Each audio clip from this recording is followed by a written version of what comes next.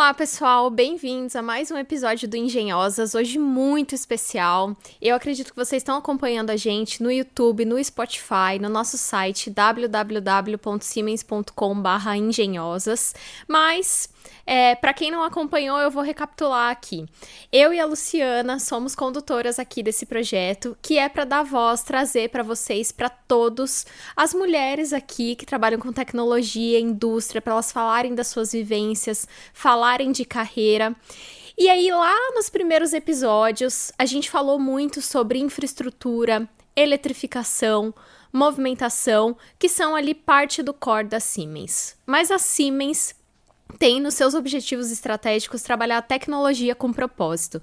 E quando a gente fala de tecnologia hoje, a gente não pode deixar de falar de digitalização. Então hoje a gente trouxe aqui engenhosas da área de IT, né? Como vocês sabem, a Siemens também é uma empresa de software.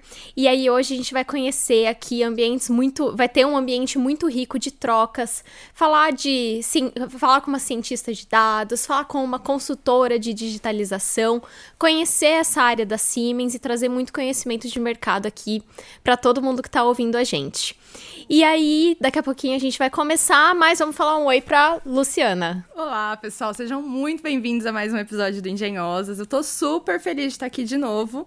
E, bem, eu espero que vocês estejam acompanhando a gente realmente em todos os nossos canais. Não deixa de seguir a gente, coloca alerta para ver os episódios novos, vai ser sucesso. E hoje a gente está recebendo não uma, mas duas convidadas super especiais. A primeira delas é a Ana Cox, que trabalha com Data Analytics, certo? Uhum. Muito bom. Seja muito bem-vinda, Ana. Muito prazer. Agradeço o convite. Vai ser uma experiência muito boa compartilhar com vocês. O que é esse mundo de dados? Como é que funciona? Porque para muitas pessoas ainda é um oceano azul. Ainda as pessoas não conhecem, não sabem o que faz. É de comer? É de... Do que vivem. Exatamente. É dado? É aquele de jogar na mesa, né? Boa. Muito bom. E nossa segunda convidada é a Mariana Alomeu, que trabalha na Siemens Software. E daqui a pouco a gente faz a pergunta icônica, né, Bia? Isso aí, Ai, meu Deus, coração acelerado no máximo.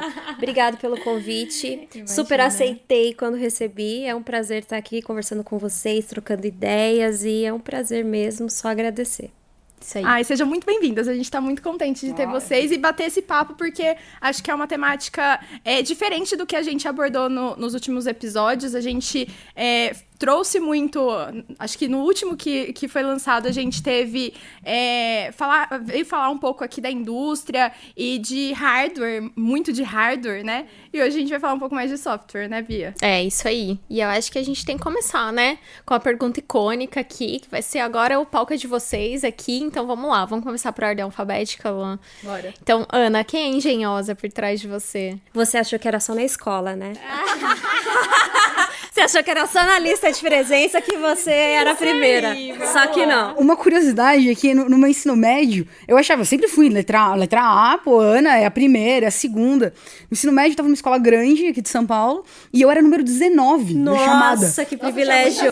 19, tinha a Ana, tinha muita. Dava pra fazer o dever até chegar a sua hora. Dava. Então, e era separado, né, em ordem, o primeiro dia, no primeiro ano do ensino médio, né, as salas divididas em ordens alfabéticas, né.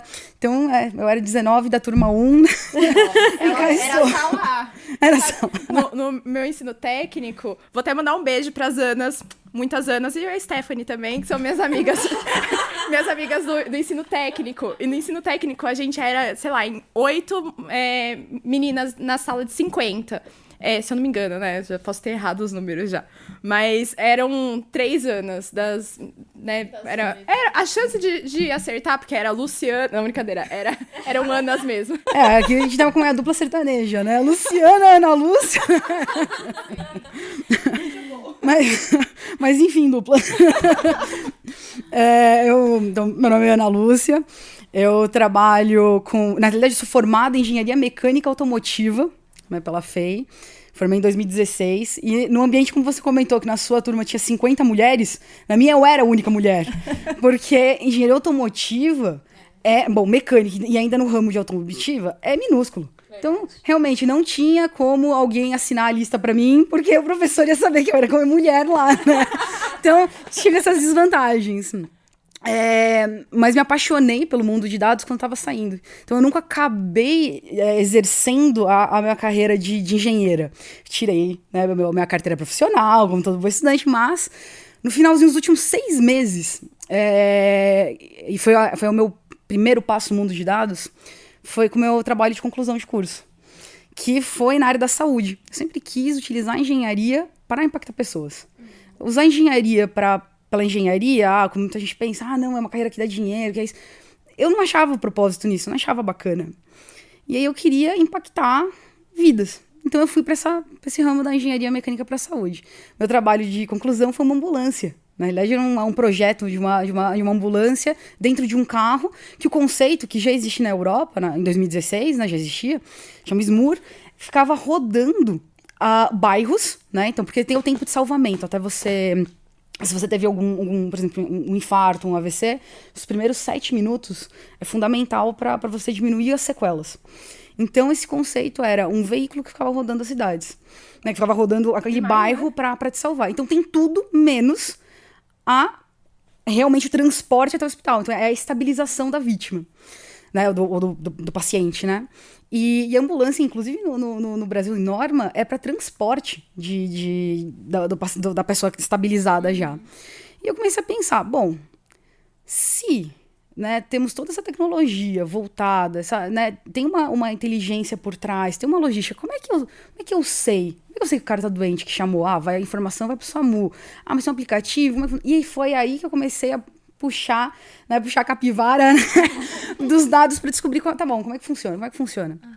E isso me levou para minha primeira startup ainda na faculdade, que também era voltado para o mundo automotivo, que era uma pulseira de monitoramento, que essas pulseiras atualmente, né, elas medem batimento cardíaco. Essas que são de todo dia, hoje em dia. Mas tem umas que eram, né, umas bendezinhas que medem temperatura, pressão, estresse, né, e que é rica de informações de saúde. Mas, e aí? Que dados que a gente pode gerar quando conectado com um veículo?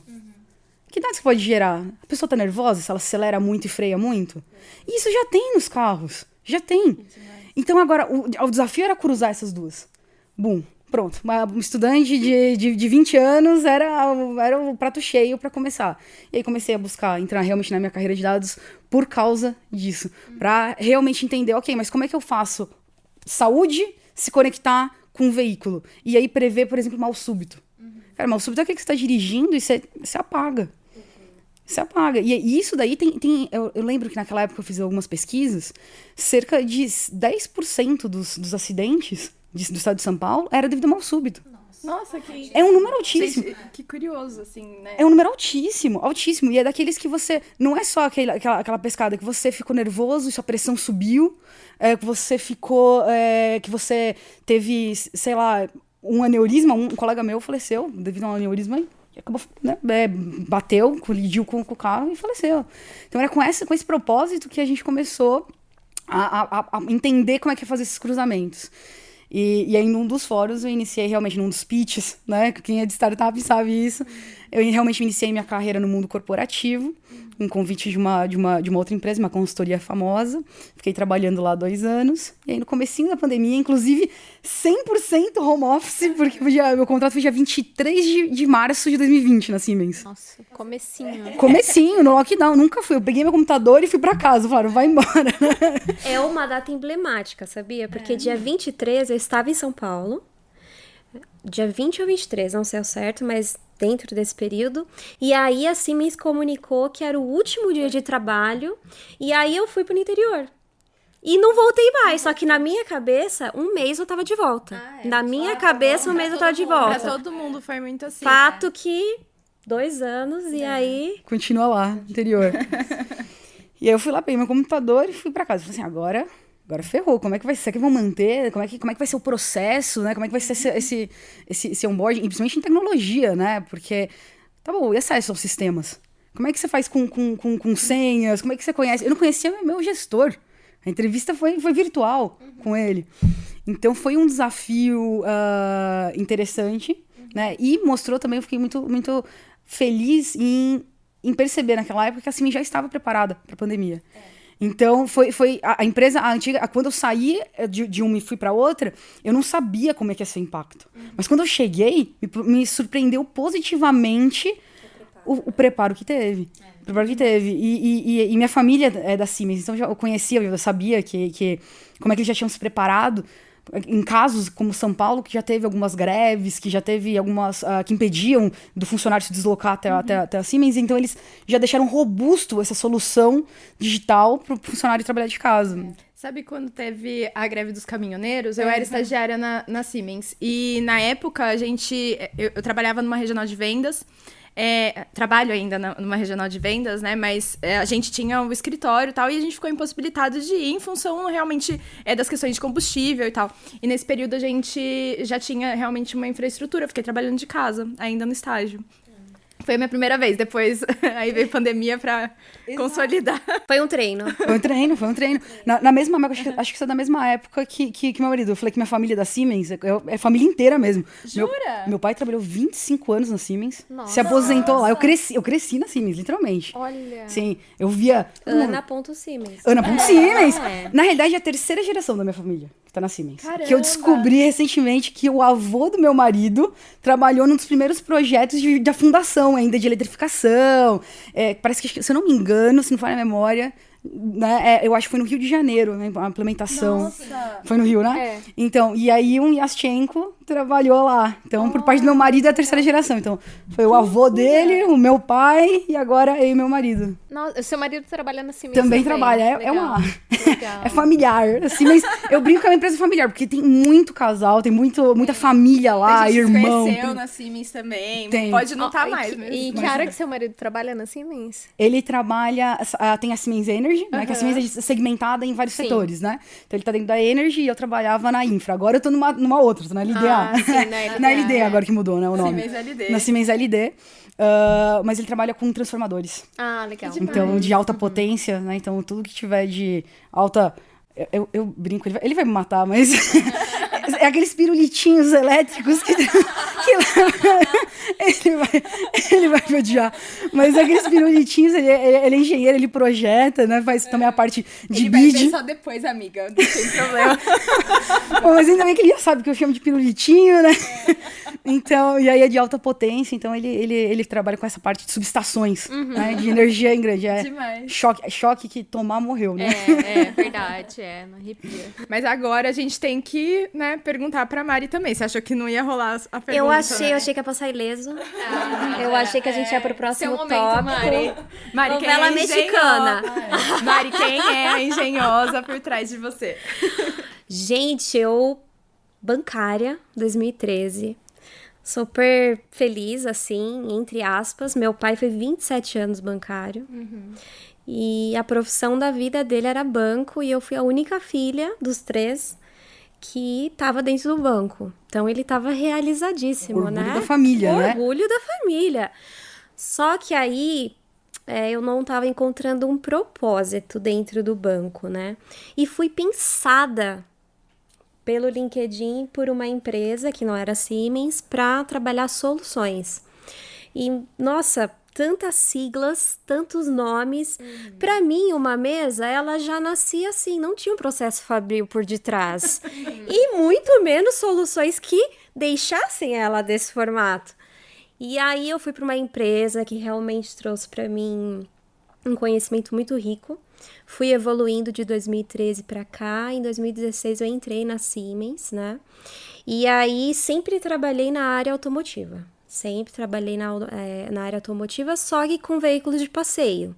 Há 2 anos atrás, a Siemens me colocou um desafio que eu estou amando, que é trabalhar truck buses. Então, assim, até nos clientes que eu atuo, eu tenho um apelido, que é Mari Miranda.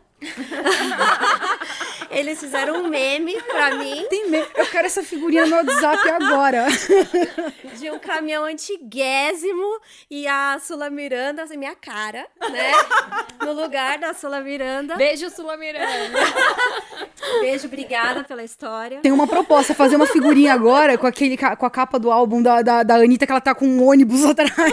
Não é caminhão, mas... Pode ser. Ou um outro apelido, Pedro e Bino, né? Verdade. E aí eu comecei, então, nessa área, assim, meio bruta, né? Meio não, bruta. Quando eu mostrar esse vídeo para os meus clientes, com certeza vai ser a primeira vez que eles me veem de vestido. Porque eu geralmente estou de botina, calça jeans e camisa, ou uma camiseta polo Siemens, no chão de fábrica. Sapato de segurança, por favor. Óculos, só que meu óculos, ele tem espelhamento e a minha botina é de oncinha. A gente não perde a elegância. Quando entra na engenharia, que antes tinha muitos homens, né? Mas hoje a gente acha muitas mulheres na engenharia. Quando você passa na engenharia, você só escuta: aonde você comprou essa botina?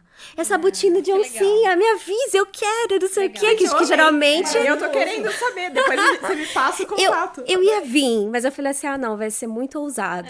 Mas depois eu posso colocar nos comentários do vídeo, eu coloco o local pra vocês poderem comprar. Maravilhoso. Mas assim, eu entrei num mundo completamente bruto, né? Olha o meu tamanho. Tenho 1,50 m.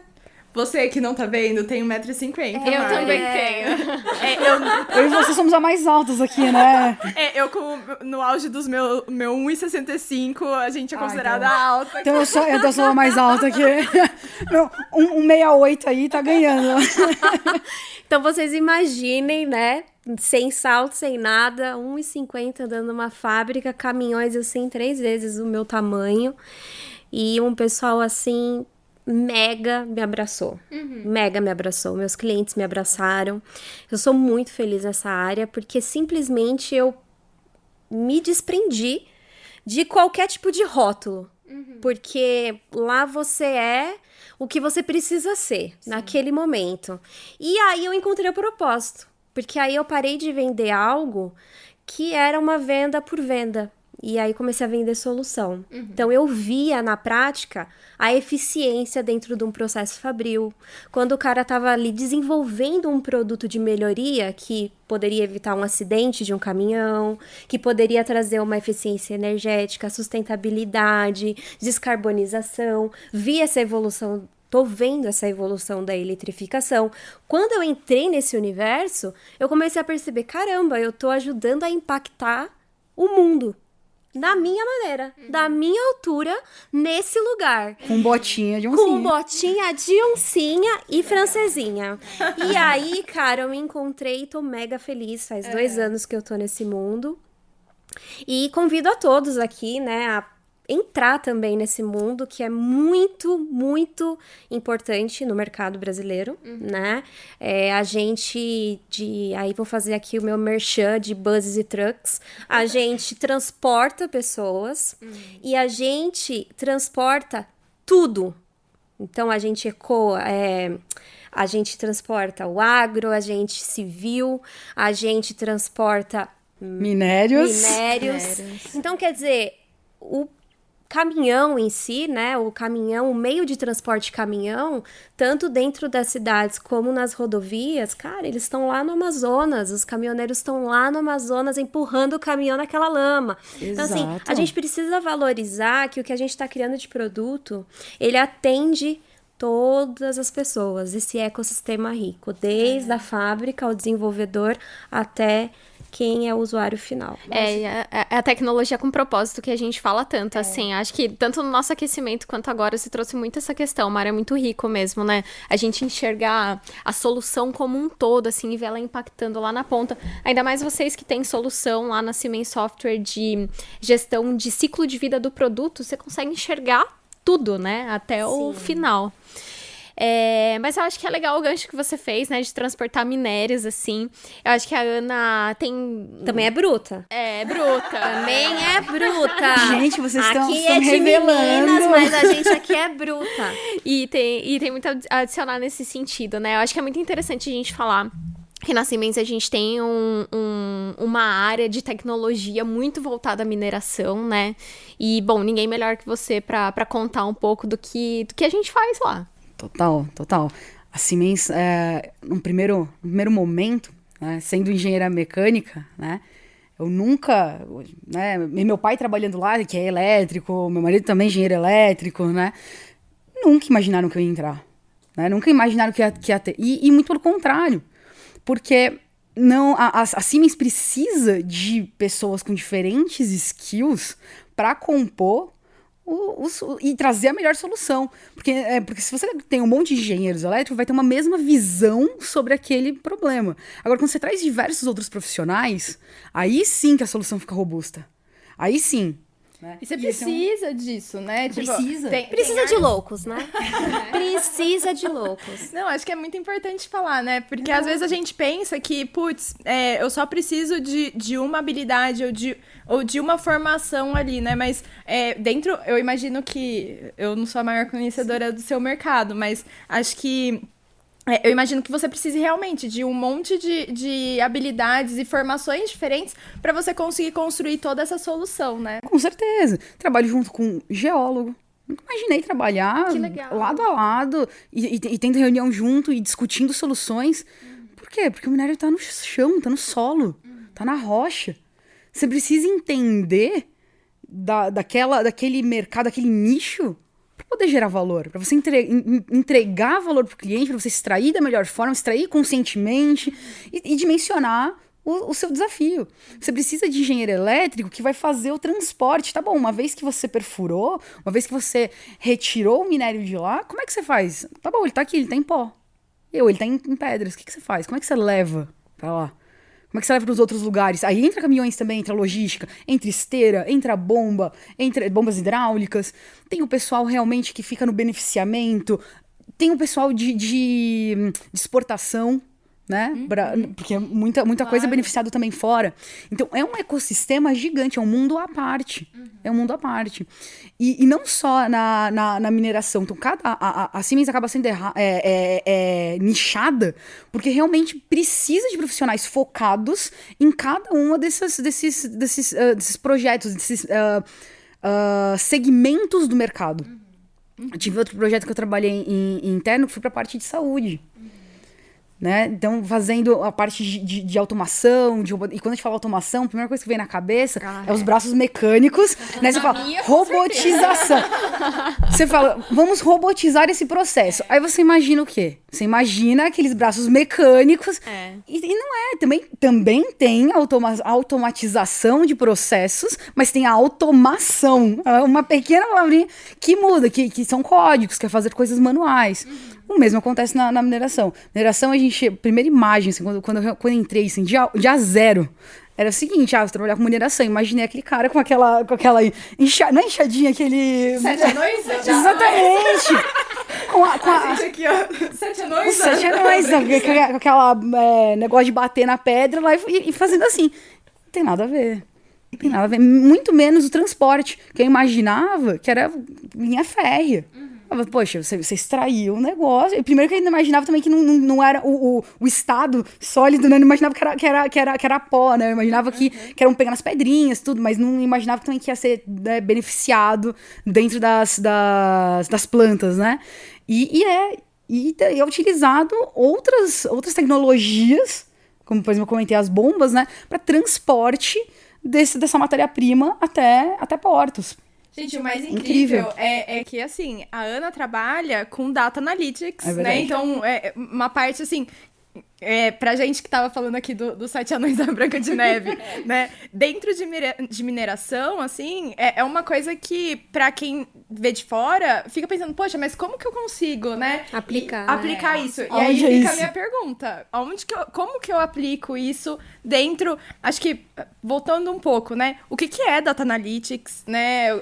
Como se trabalha com isso e como que ela é aplicada dentro da mineração? Tá, então eu vou dar um passo antes disso, porque hoje se fala muito de Data Analytics. Mas vocês sabem quem é o pai dos dados? Alguém aí se arrisca? Claro que não. Não. Estatística. Ana, tudo você. Estatística. Sinto muito, Ana, é com você. É comigo. Tudo você. Estatística é o vovô dos dados. E a estatística nasceu, a gente tá falando, né, de 1600... 1400. E como? Né? Nasceu na Inglaterra, nas igrejas, onde... Nossa, você nem imagina, né? Você fala, cara, nas igrejas onde eram registrados os nascimentos. Então, era o seguinte, nasceu dia tal, no ano tal, filho de tal pessoa, com tal pessoa, mora na fazenda tal, e pesa tanto. E geralmente o peso também, o peso e a altura da criancinha. E tinha registro de nascimento.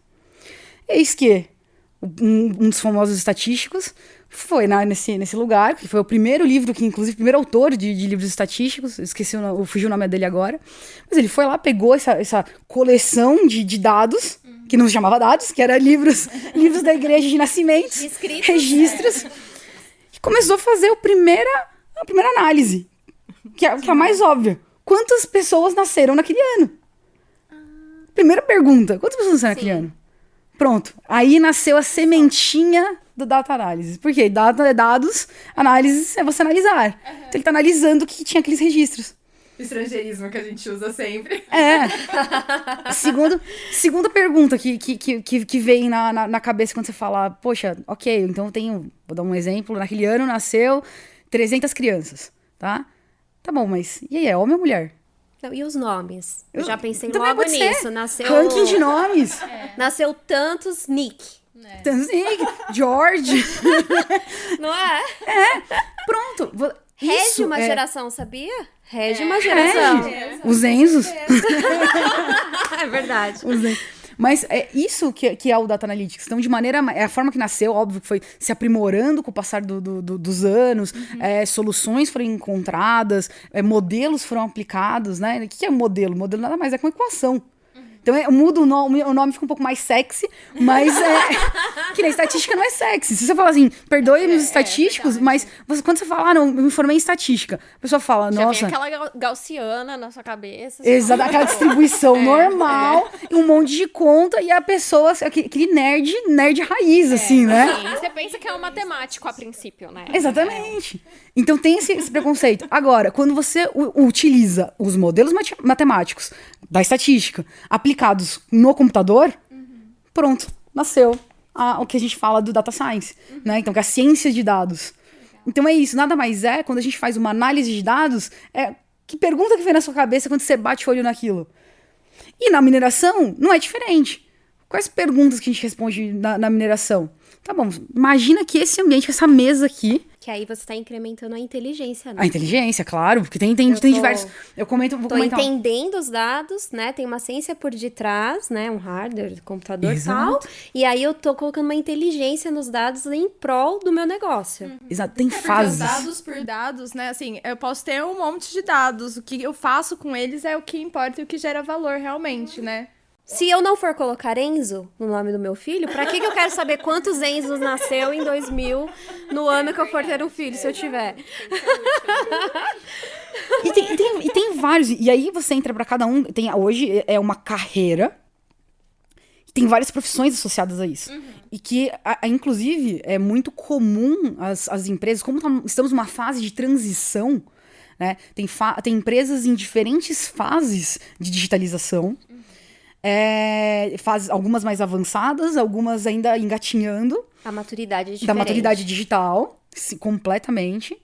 E os nomes dessas carreiras, dessas profissões, ainda são confusos, porque ainda estão nascendo. Estão nascendo. Tem Pra algumas vocês que terem nem noção- existem, eu acho, ainda, Com né? certeza. Nossa, eu vi uma análise há um tempo atrás que fala que, sei lá, 40%...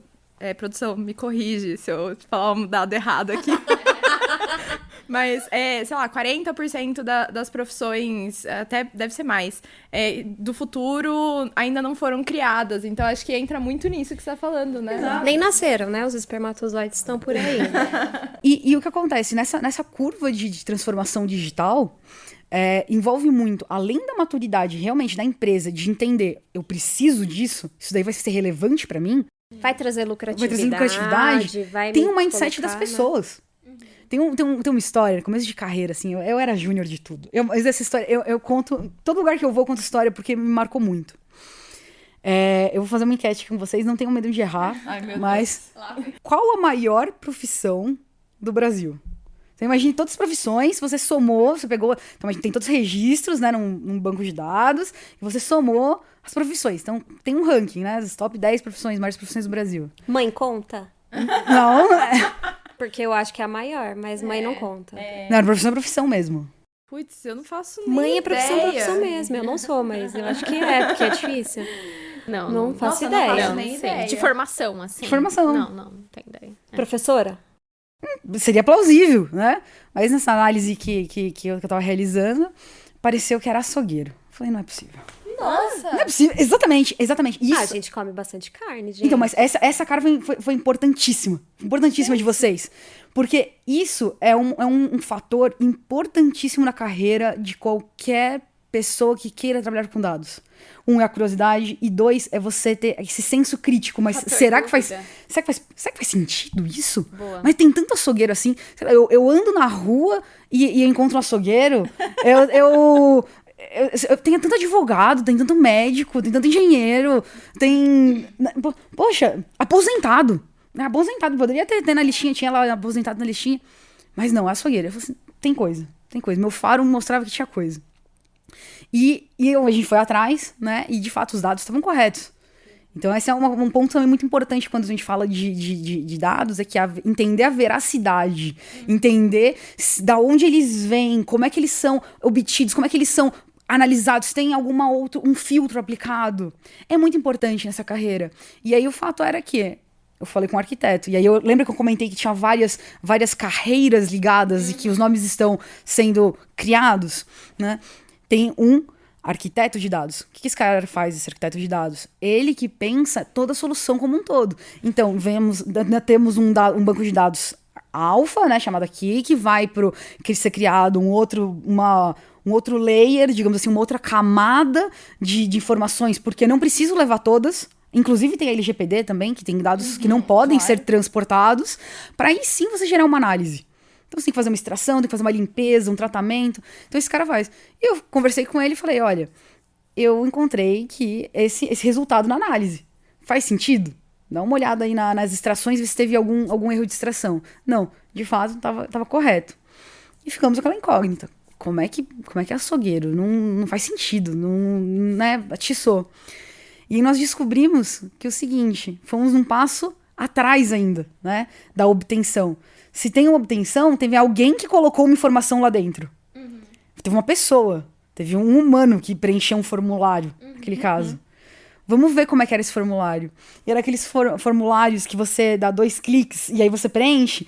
Tem ordem alfabética, aqueles drop list, né? O que a pessoa fez? Pic, esses 2 enters, estava com preguiça de preencher e pronto. Vai no P jamais, né, de professor. Exatamente. Você vai na letra, ou você coloca... Ah, é professor, coloca P, aí aparece outra profissão, sei lá. Né? Então, o fato de o humano alimentar a informação gera aquele primeiro ponto que eu comentei, da veracidade. Você precisa entender se é real aquilo.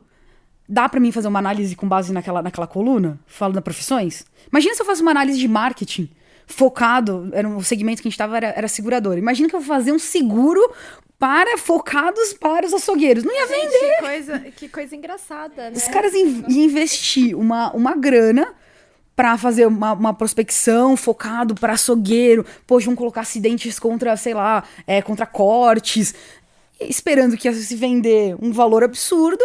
E não é verdade. Por quê? Porque o humano lá na ponta errou. Então, por isso que eu falo dessa maturidade digital e de ter essa curiosidade. Então, se alguém que deseja seguir, acho que o primeiro passo é ter curiosidade. É ser um cara extremamente curioso. E aí, na indústria, como é que, puxando agora a linha do dia a dia, como é que você fala, ok, mas e na mineração? Como é que é? Como é que é isso no dia a dia? Como é que eu uso esses dados? Porque é aquele cara que a gente tava falando, né? Da machadinha lá, né? Da machadinha não, buscando, né? Primeira pergunta que se faz. Aonde que tá esse minério? Você vai perfurar quanto? Então ele tá aqui, por exemplo, nessa área, você vai ter que fazer quantos furos pra achar ele? Vai ser 5 ou vai ser 5.000? Perfeito. Se vai ser a 1 metro do chão ou vai ser a 300? Então, olha a inteligência chegando. Outro nível, o nível no sentido de quantos anos vai durar aquela mina de exploração. Vai 1 ano? Vai ser 50 anos? Preciso extrair tudo de uma vez? Não preciso? Então tem toda esses dados por trás para te drivar para uma solução mais robusta. Mais inteligente. Mais inteligente. Inclusive, assim, acho que entra muito... A gente tava trocando uma ideia antes da gente começar a gravar, né? Sobre aquele tema que você falou, como que a gente consegue, inclusive... Colocar inteligência artificial, por exemplo, dentro... Porque, né, saindo lá dos 7 anões de novo. E chegando agora, a gente pensar, poxa, realmente, né? Tem um monte de variáveis ali dentro do ramo de mineração em que a gente precisa entender, né? Aonde que a gente consegue fazer determinada coisa, por exemplo, você falou, né? O quanto de explosivo para fazer uma mina, por exemplo... E outros aspectos em que a gente precisa de dados e aí a gente começa a automatizar esses dados também, até a gente chegar, por exemplo, na aplicação de inteligência artificial dentro desse tipo de segmento, né? É lindo isso, porque eu tava comentando sobre a transformação. É lindo. Eu senti assim, eu acho maravilhoso. paixão exalando. É lindo. Eu sou apaixonada por dados. Então, como é que saiu de lá? Né? Um pouquinho de historinha. Eu gosto de uma prosa de historinha. Então, não falar da indústria mineradora como um todo, né? Porque eu acho que a história se abrange para várias, né? A indústria alimentícia, sim, a indústria automotiva, né? A de saúde mesmo, né? O que acontece? O primeiro passo é você sair daquela atividade onde você faz manualmente as coisas. Então, você falou que você era bancária, né, Mari? Então, o que acontece? Você pegava aquela planilha Excel, e ainda, olha, o Excel que já era... Tem algumas empresas que ainda acham moderno ainda. Em pleno 2022, acho que é moderno. Tem uma planilha de Excel aqui que ela é ninja. Mas antes do Excel, era um papel de pão, era um caderninho, né?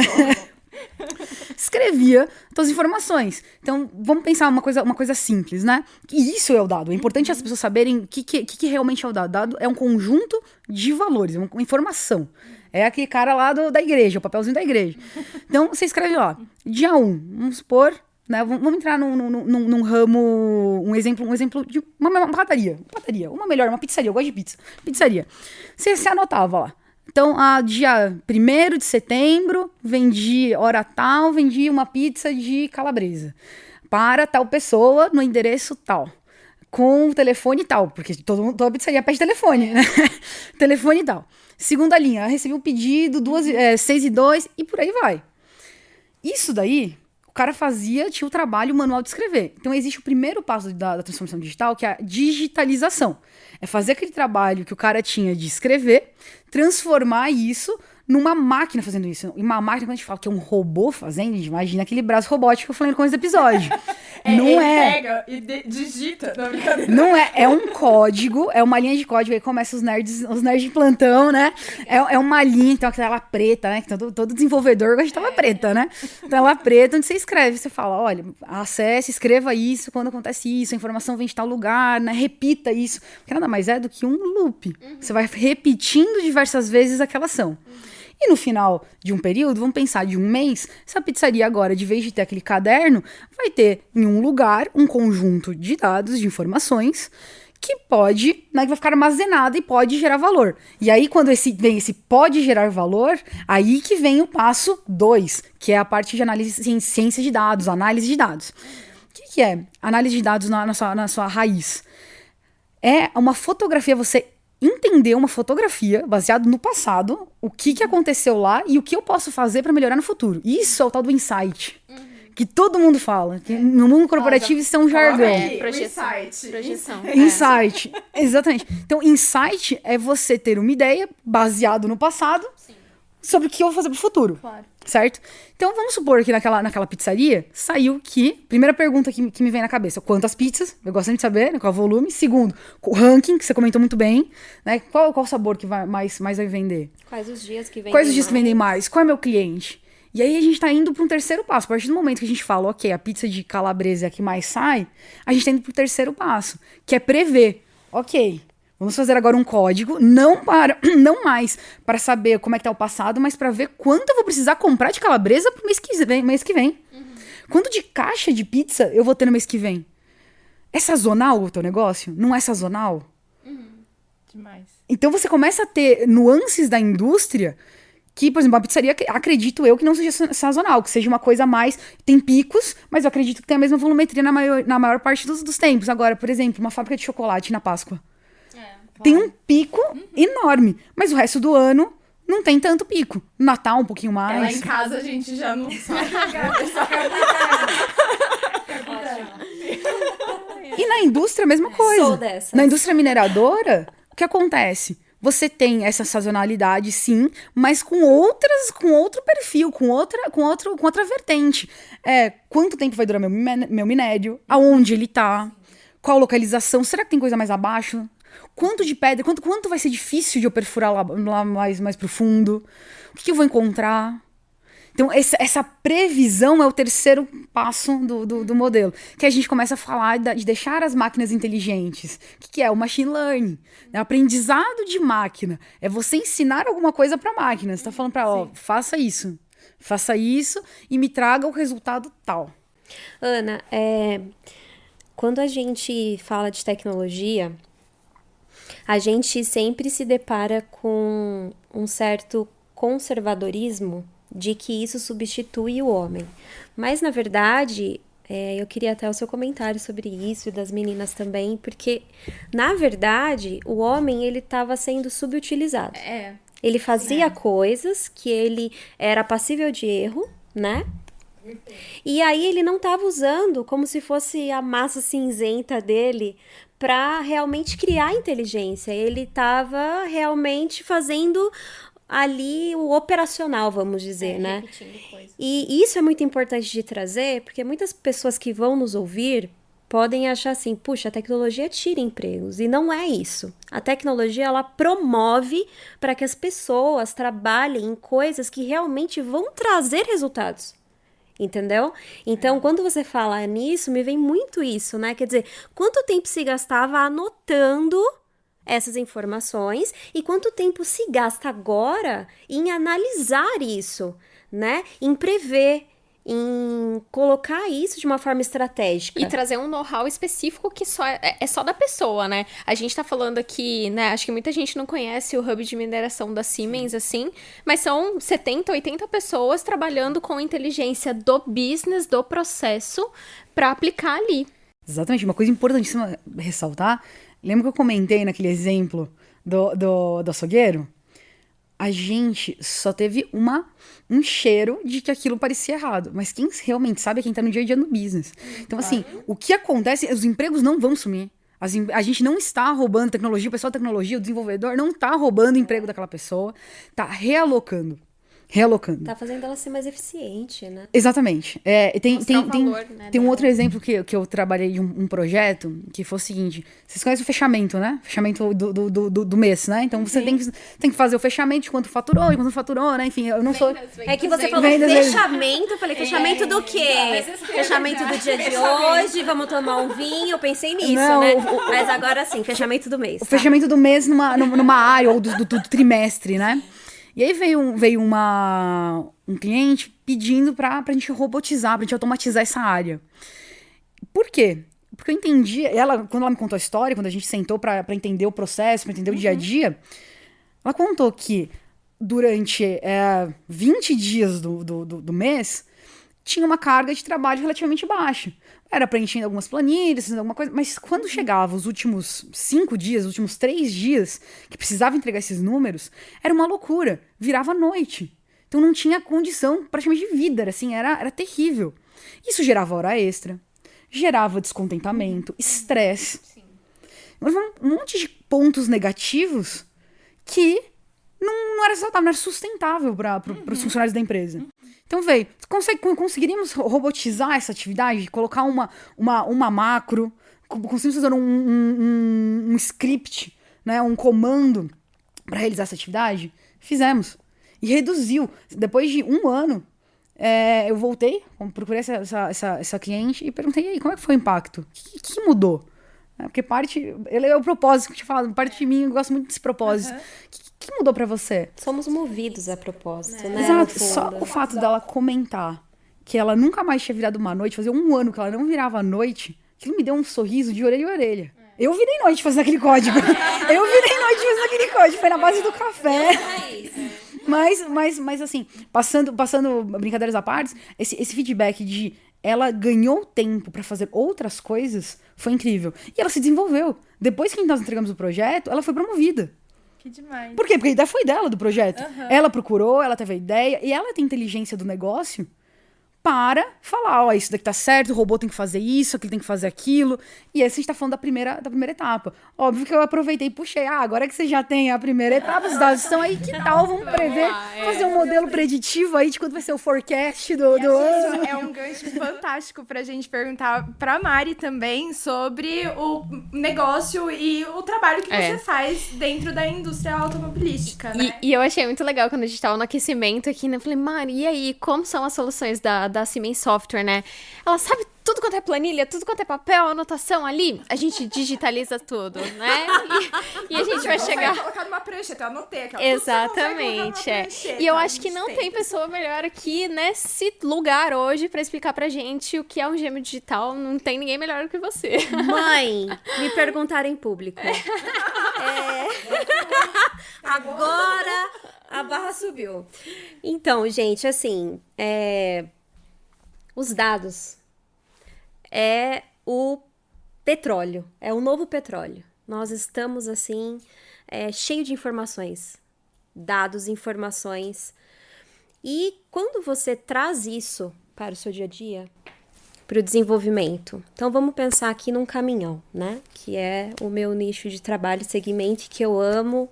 Beijo, caminhoneiros, frotistas, fabricantes de caminhão. O cara tá ali pensando em desenvolver um caminhão. Vamos supor que o pensamento dele de desenvolvimento de caminhão é para andar dentro de uma cidade. Então ele pensa, puxa, pode ser elétrico. Eu vou atender algumas normas e vou estar num caminho de sustentabilidade que o mundo tá correndo atrás. Então eu vou fazer um caminhão leve, pequeno, para transportar de repente um produto alimentício para os restaurantes aqui de São Paulo. Então eu tenho uma bateria que tem uma carga que atenda, eu tenho um peso que atenda e eu tenho uma performance daquele veículo. Então ele começa ali a desenhar, só que de forma digital. Isso antes era numa prancheta. Hoje não. Por quê? Nós temos muitos dados. Muitas informações, muitas demandas, né?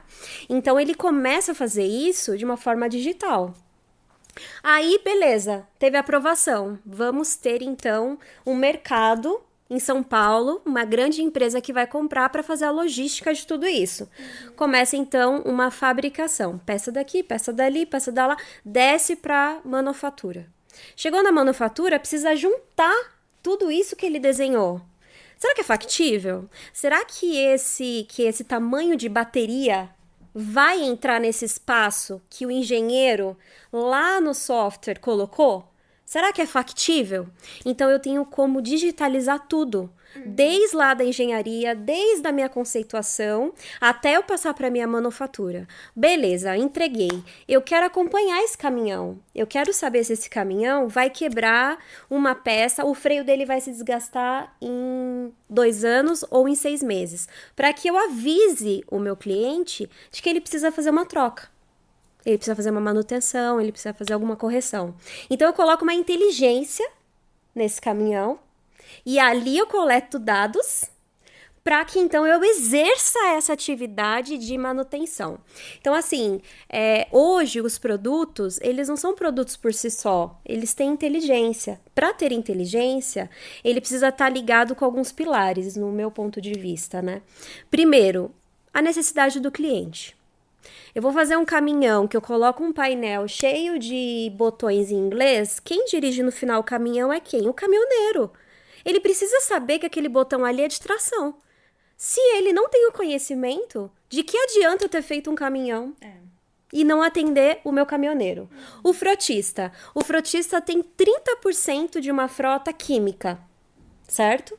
De que adianta eu construir um caminhão que não tenha, de repente, algumas ações de segurança para ejetar esse caminhoneiro ou para prepará-lo em situações extremas, onde ele pode tombar, onde ele pode ter uma colisão, para que ele seja preservado, né?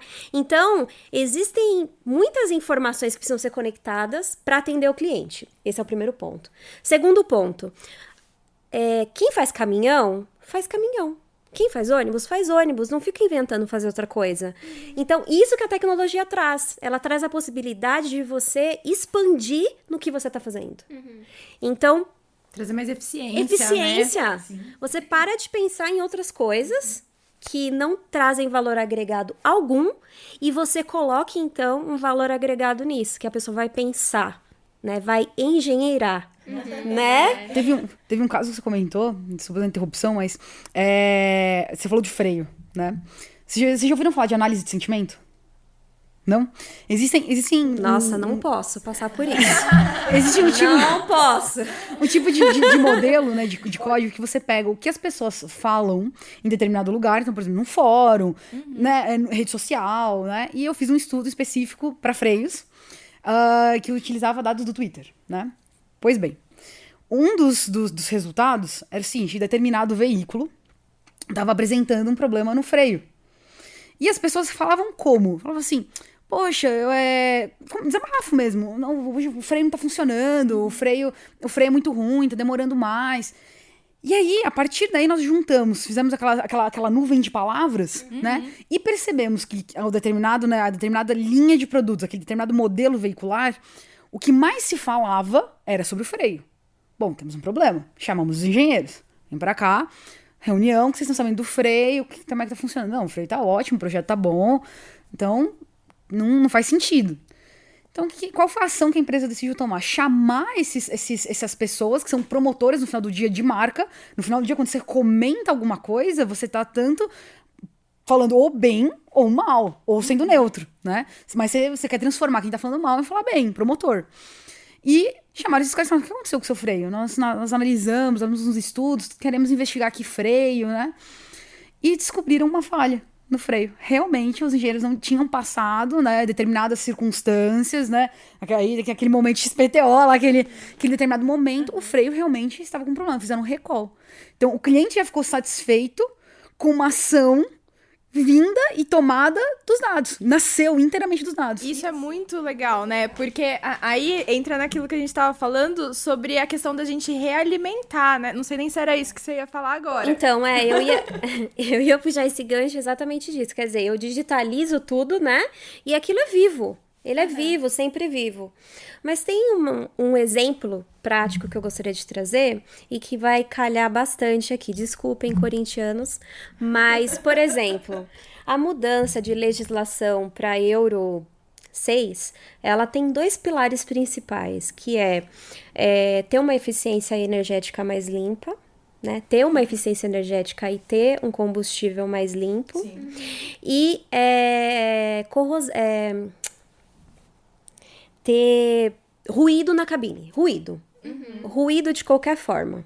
Ruído do caminhão e ruído dentro da cabine. Isso eram os 2 pilares que os engenheiros precisavam pensar em como resolver para que essa Euro 6 é uma regulamentação para que a gente chegue aí, então, no estado da arte, né? Acontecesse. E aí, como que é feito hoje o ruído dentro de uma cabine de caminhão? Então, o cara senta, né? Antes, né? Sentava, fechava, assim, então, os vidros e aí simulava. Dentro de um campo de prova, né? Simulava. Chuva, atrito, poeira, pedra na areia, na lama e tal. E eles perceberam que muitas pessoas eram expertises nisso, né? Tinha uma expertise nisso, mas estava na pessoa essa expertise. E quando ela não estava num dia bom, quando o Corinthians não ganhava, por exemplo, caso o Flamengo ganhou essa semana... Foi ontem, o dia ruim.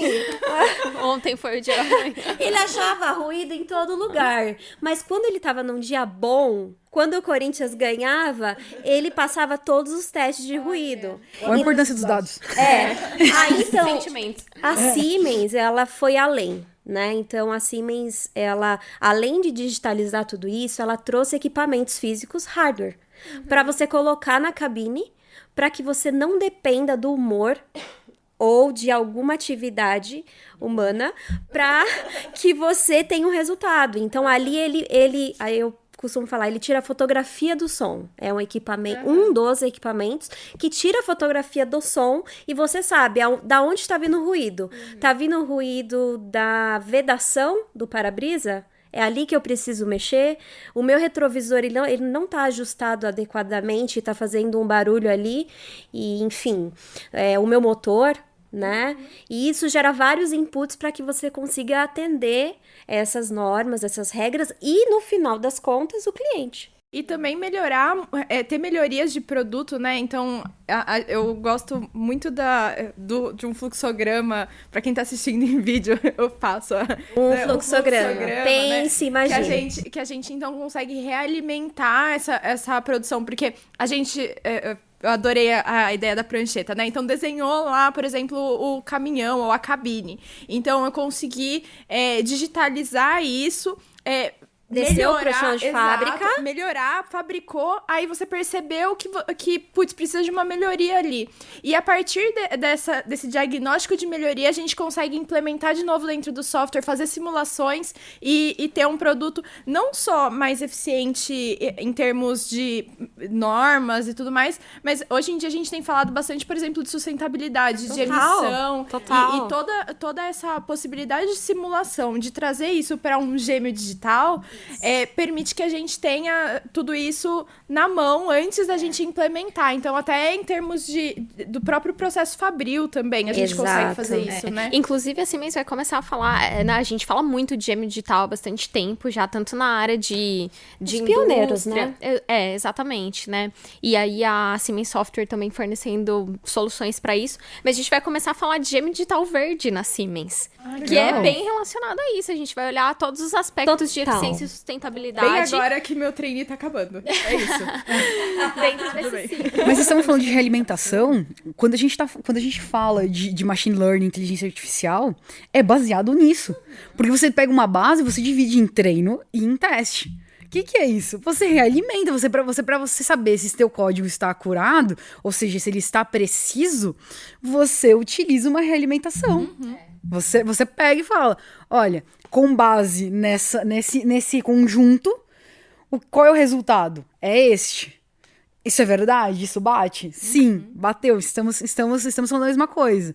Então, você consegue aplicar no dia a dia. Então, é muito fundamental isso. Eu acho assim que só para fechar essa questão de ser sustentável, trazer a inteligência para dentro da empresa, né? Não deixar na cabeça de uma pessoa ou outra, né? Até ela se aposentar. E trazer a pessoa, o colaborador, que é a peça-chave para que essa engrenagem funcione, para que ele faça o melhor dele, que consiga se extrair o melhor dele. Essa questão do verde, né? Da sustentabilidade e tudo mais. Por exemplo, hoje... uma montadora vai desenvolver um caminhão. Eu trouxe aqui o exemplo do elétrico, e aí já tá pensando todo nessa questão da sustentabilidade, da descarbonização, tal. Mas vamos pensar assim, eu fabrico o caminhão, né? E aí linka com a parte de mineração, né? Aquela minha porta de aço, ela é um minério verde? Tem toda a cadeia. A cadeia, né? Eu comentei já com vocês aqui, mas eu tô terminando o programa de trainee e, assim, o projeto no qual eu tava trabalhando era sobre descarbonização. E a gente fala em 3 escopos, né, quando a gente fala de descarbonização. O primeiro das emissões que a gente tem dentro da nossa própria indústria. O segundo escopo, quando a gente fala sobre a origem da energia que a gente usa dentro do nosso processo, no caso aqui, no nosso processo fabril, por exemplo. E o terceiro, ele não está diretamente relacionado com a sua própria emissão, né? Mas com a emissão de toda a cadeia. Do seu terceiro, do seu fornecedor. Exato. Então, né? assim, hoje, a gente tem diversas soluções. Inclusive, dentro da Siemens, a gente tem hoje uma solução que acho que ainda é bastante nova, né? ela tá ganhando corpo cada vez mais, que é o Sea Green, que ele vê exatamente qual que é a pegada de carbono dentro de todo o processo, tanto de fabricação até o final ali né, de entrega, por exemplo, e transporte para o seu cliente final. Por exemplo, né? E aí, assim, né? Aí passou da montadora e vai ser entregue, então, uma quantidade X de caminhões, de repente, para uma indústria de cosméticos. Qualquer uma. Que prega a sustentabilidade, o uso dos recursos naturais, o seu desenvolvimento sem testes em animais. Qual que é a diferença para essa indústria em receber um caminhão que tenha esses selos verdes? Né? E aí, eu, como consumidora do shampoo, que quero esse selo verde, olha só como que vai longe essa história. Entende? E na mineração tem a vida útil de uma mina. Com certeza. O minério não é assim, não é fabricado, não é rápido. Renovável. Não é renovável, né? Então, você utilizar de maneira sustentável é fundamental para você continuar tendo. Então, uma coisa que uma das previsões, né, dos modelos preditivos é o seguinte: quanto tempo de vida extrativa, não sei se existe, mas de extração aquela mina vai gerar. Pode se extinguir em 20 anos, pode se extinguir em 100 anos. E aí, em 100 anos, vai ter minério para os nossos filhos. Vai ter minério para os nossos netos. Então, é a história do sustentável e de como a tecnologia é aplicada a isso. E, gente, a conversa tá muito boa. Podia durar umas 3 horas aqui, né? Né? Então, a gente fala pouco aqui. Tem, né, pessoal que gosta pouco de conversar, como eu. Com certeza isso não é pra mim. Mas pra gente fechar, eu queria fazer uma última pergunta no sentido de o que vocês... Porque vocês duas trouxeram transições, assim, de carreira e uma atuação em diferentes áreas, né? Então, eu queria, assim, 2 habilidades, 2 skills, assim, que vocês acham que são essenciais dentro da área de atuação de cada uma de vocês, para quem tá interessado, pra quem tá ouvindo a gente, realmente atuar ou ir, por exemplo, para uma área, seja dentro da parte de software, seja da parte de data analytics, né? O que vocês dão de sugestão? Vou começar pela Mari dessa vez. Tá bom.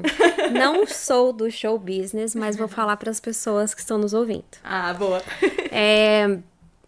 Primeiro, seja você. Seja você, né? E procure sua melhor forma. Porque quando você é você e você procura sua melhor forma, não tem como dar errado. Não tem como dar errado, sabe? Então, assim, seja você na sua melhor forma, vai pra cima, seja agarrudo, você vai errar, você vai acertar, entendeu? E se una a pessoas que aceitem os seus erros, entendeu? Então, eu encontrei um acolhimento na Siemens. Eu encontrei na Siemens um acolhimento onde eu posso errar, acertar, errar de novo, avaliar aquele meu erro e ir pra frente. Então, assim... o meu conselho primeiro é esse. O segundo conselho, nunca fique parado. Nunca fique parado. A vida é constante. Então, você pode estar aqui hoje, amanhã você está em outro lugar, em outra posição, exercendo outra atividade. Não se feche. Quando que na minha vida, o meu pai ia imaginar que eu ia trabalhar com caminhões? Nunca! Nunca. Ele é falecido, já faz 6 anos, mas ele é a minha referência de profissional. Eu queria ser ele. E, assim, ele é a minha inspiração. Então, assim, quando eu trabalho, quando eu acordo de manhã, eu falo assim, caraca, Mariana, seja o Wilson, sabe? Porque esse cara é garrudo. Então, assim, seja você, não se acomode, vá atrás, erra, levanta, chora, enxuga as lágrimas, vai pra frente que vai dar certo. Ai, maravilhoso. Demais. A Mari comentou uma coisa muito interessante do errar. No mundo de startup, tem uma frase que é errar rápido. E tem outra frase que eu gosto muito, que é feito melhor que perfeito. Eu gosto muito dela também. Sério, é muito. Pra quem gosta de inovação, de tecnologia, você vai errar. Vai errar muito. Não é a primeira linha. Até muitos memes com isso de programador. Assim, você escreve 100 linhas de código. Aí quando você vai lá e dá o enter lá pra rodar, tela vermelha, erro. Não, terceira. Exatamente, erro na linha 3. Aí Nossa, você... vermelho, eu sempre brincava que era azul, tipo, pan. Chega lá com a pop-up de erro. E aí, você, o que precisa, né? Um bom, né? Puxando essa mesma linha. A resiliência. A resiliência que você comentou é fundamental. Porque não vai rodar de primeira. Não vai rodar na segunda. Não vai rodar na terceira. Sinto lhe informar. E ainda pior, quando você domina uma tecnologia, daqui 2 anos vem uma nova.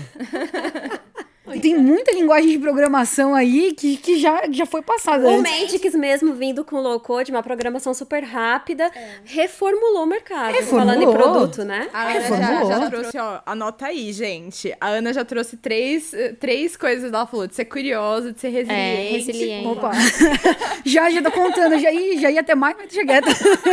Não, eu achei fantástico o que você trouxe, porque você trouxe aspectos muito importantes e eu acho que com a velocidade que a gente tem do mercado e como você falou, né? A gente tem que se renovar sempre. A Mari também colocou isso. Então, acho que é muito importante trazer esses aspectos. E para quem ouve e tá interessado em se aventurar aí por área de tecnologia, eu acho que são pontos essenciais mesmo de você ter clareza que vai precisar disso para você seguir em frente. Né? Sim. E tem outro ponto interessante, é o seguinte, teve aquela mudança, né, de antigamente um projeto ser feito de maneira, né, esqueci o nome formal agora, waterfall, e agora o ágil. E por que é utilizado muito tecnologia? Por causa de erro e de entrega. O que acontece? Você constrói o que gera valor. Às vezes você pensa muito grande, sua ideia é incrível, é genial, você fala, eu vou ganhar muito dinheiro com isso. Mas vai demorar 2 anos pra ser implementada. Tem tecnologia que não existe, tem tecnologia que você vai bater cabeça, que você vai... E outra coisa, você deve procurar quem sabe e os erros. Então o mundo de tecnologia, por mais estranho que se pareça, ele é uma rede. Tem muitos blogs, tem muitos códigos onde desenvolvedores se suportam, se apoiam, no sentido de apoiar, né? De suportar, de apoiar. E você discute, você acaba tendo um Frankenstein dos seus modelos, dos seus códigos, né? E o que acontece? O networking é fundamental e você entrega, e é uma maneira de você entregar valor também, em curtos períodos. Então você dividiu um projeto que era de 2 anos, você dividiu em 2 semanas. E você consegue entregar o quê em 2 semanas? Meninas, posso fazer um último? Claro. Prometo. Nossa, prometo. Produção, a gente promete. A gente promete. Eu ouvi uma história, uma analogia que eu achei muito interessante. Eu andei com sucesso 1 milha e nós não falamos nada. Ficamos em silêncio. Eu andei com o desafio, com a dor, com a dificuldade 1 milha e a gente virou melhores amigos. Então, assim, não é na facilidade que você vai encontrar os resultados excelentes. É no desafio. Então, os desafios que nos trazem para um patamar de sucesso não profissional, pessoal. De A realização. Mariana Lomeu é realizada profissionalmente, né? E isso independe de opiniões externas, assim. Então, isso é muito bom. Maria, eu vou puxar o tom seu, como é que é de olhar pra câmera, né? Então, você que tá aí do outro lado e tem um sonho, você quer conquistar, independente seja tecnologia, seja em vendas, seja aonde for, persiga. E não vai ser fácil. Não vai ser muitos erros, vai ser muito aprendizado, mas não desista, porque o aprendizado está na trajetória. É isso mesmo, é um dia depois do outro, Um vai dia depois do outro, construindo um passo de o que a cada gente vez. é. Isso aí, gente. Foi incrível. Eu acho que a gente mostrar esse lado, né, de software da Siemens, de tecnologia, assim, em segmentos tão diferentes, mas vocês fizeram conexões tão ricas, assim, foi incrível. Eu tô muito grata esse momento. Eu espero também que vocês estejam aí inspirados pelas nossas engenhosas. E é isso, gente. Aguardem o nosso próximo episódio. Continuem acompanhando a gente aí pelo nosso site, YouTube e Spotify. Até a próxima, pessoal. Obrigada pela audiência de vocês. Obrigada, gente. Tchau. Tchau.